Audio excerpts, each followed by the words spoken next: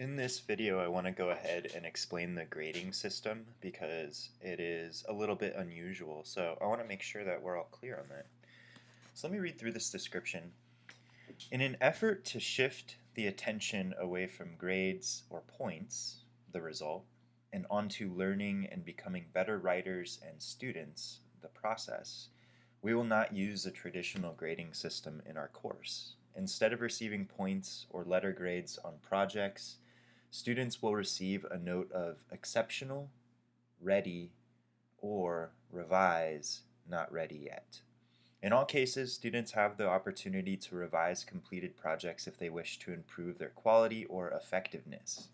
However, if a student receives a note of revise, they must revise using their own discretion as a writer, my feedback and/or feedback provided by tutors or other readers to make these revisions. Because the college requires that I enter final grades at the end of the semester, the effectiveness of a student's work throughout the semester will translate into final letter grades at the end of the semester. While we will not be using a traditional grading system or points, you should be able to keep track of your progress throughout the semester by using the grade and project breakdown.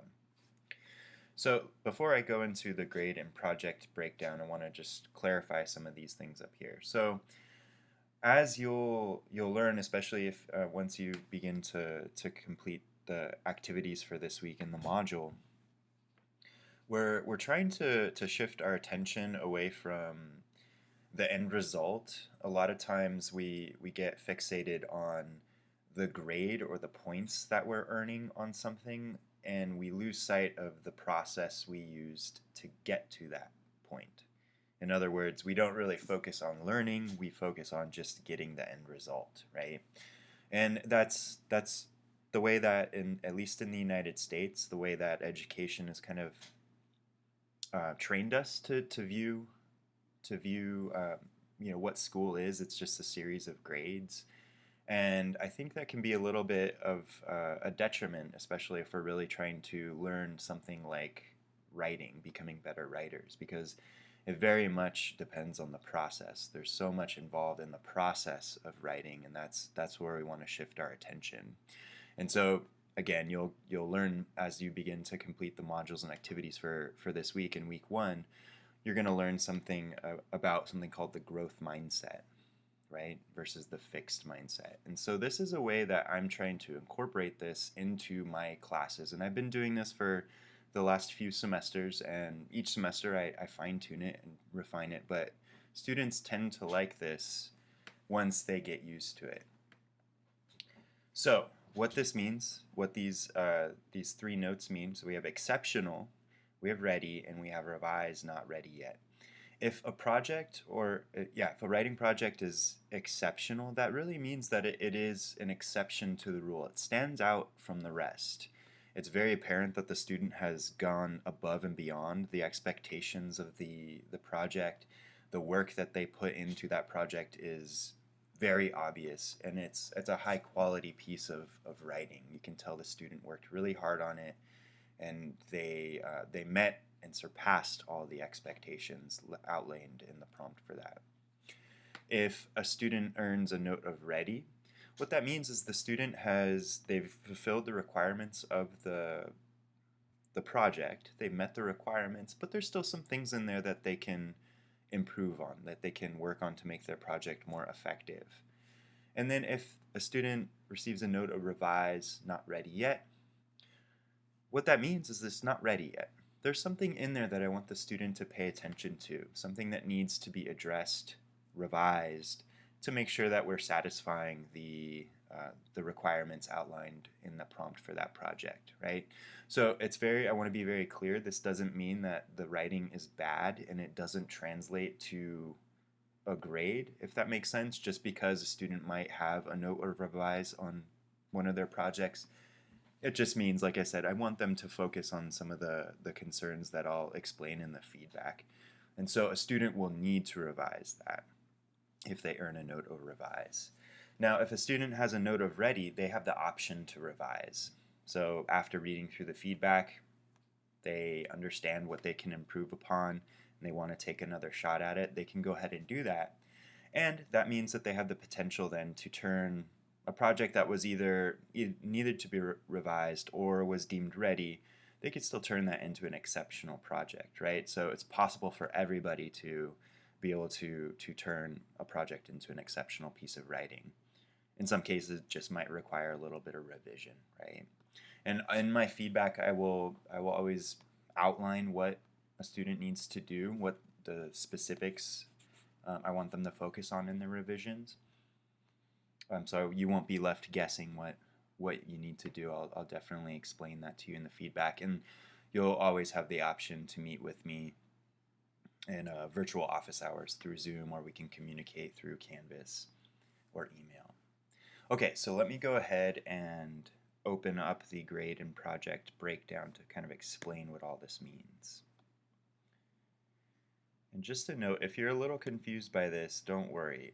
Most students are confused at the very beginning just because it might be very different. We might haven't encountered something like this before. But once we get underway, you'll be able to get the hang of it and understand it.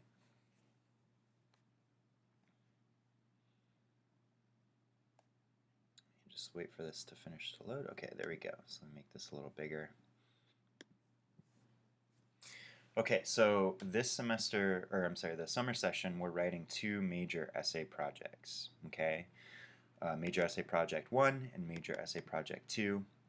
Now, each of these major essay projects has a set of drafts or components. So these, for example, in the first major essay project, we have a draft 1, we have a draft 2, and we have a polished draft. I don't like to call it the final draft just because that implies that it's done, but there's always something that we could potentially revise on it. So polished draft meaning you've polished it up, you're ready to show it to the world, so to speak.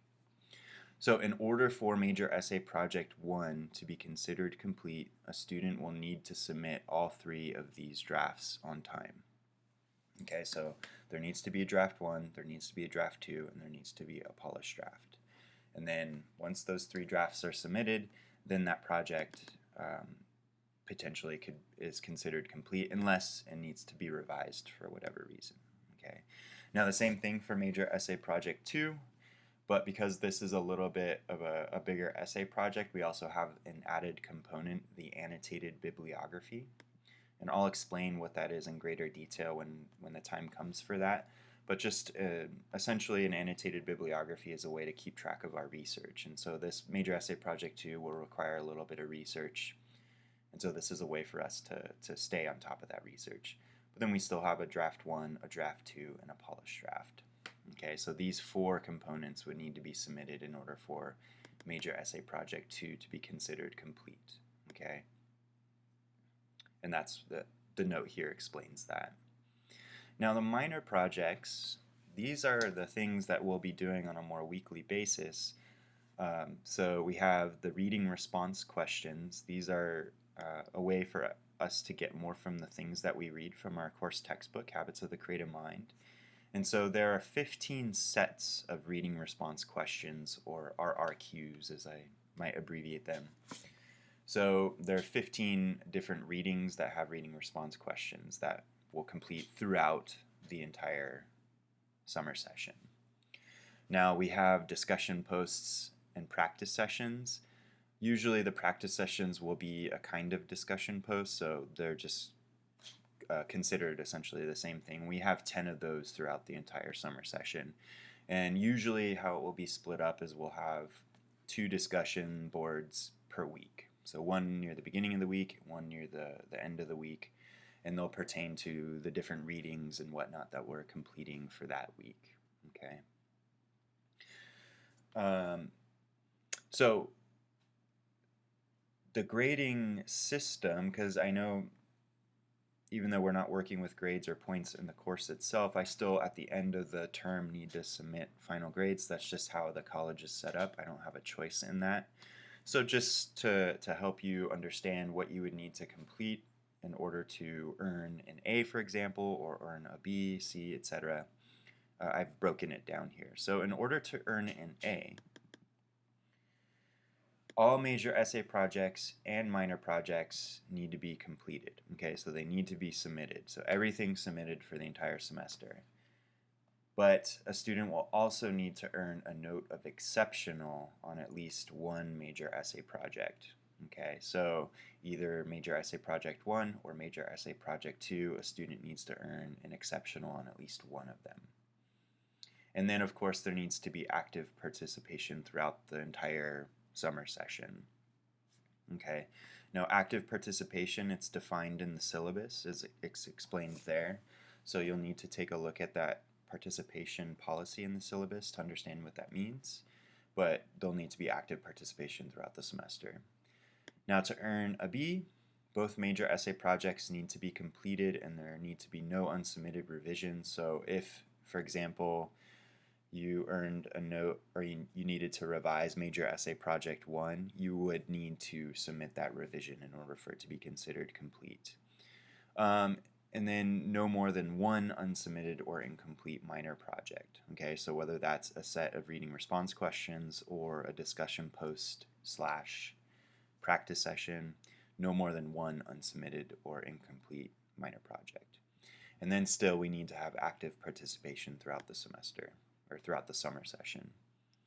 To earn a C, I hope no one's aiming for a C or below, but just a brief explanation. Both major essay projects need to be submitted, but maybe, for example, you earned a note or you have a note of revise not ready yet on major essay project 1, but you never submitted that revision.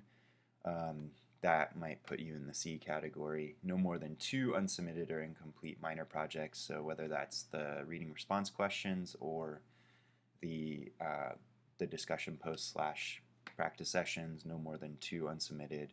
And there might be little participation throughout the semester, so maybe there wasn't a consistent level of participation. And then I'm not even going to talk about D or F because I hope nobody's aiming for that. So if you have any questions about this stuff, feel free to reach out to me. You can message me through Canvas or you can send me an email through my Cypress College email address. Again, I'm a little bit more responsive with Canvas just because I'm a little bit more active there. But either way is a great way to reach me, or you can tune in for the optional Zoom meeting Tuesdays and Thursdays, 10 a.m. to 11 a.m., and I'll send out the information for that in an announcement. All right, well, thank you for staying tuned.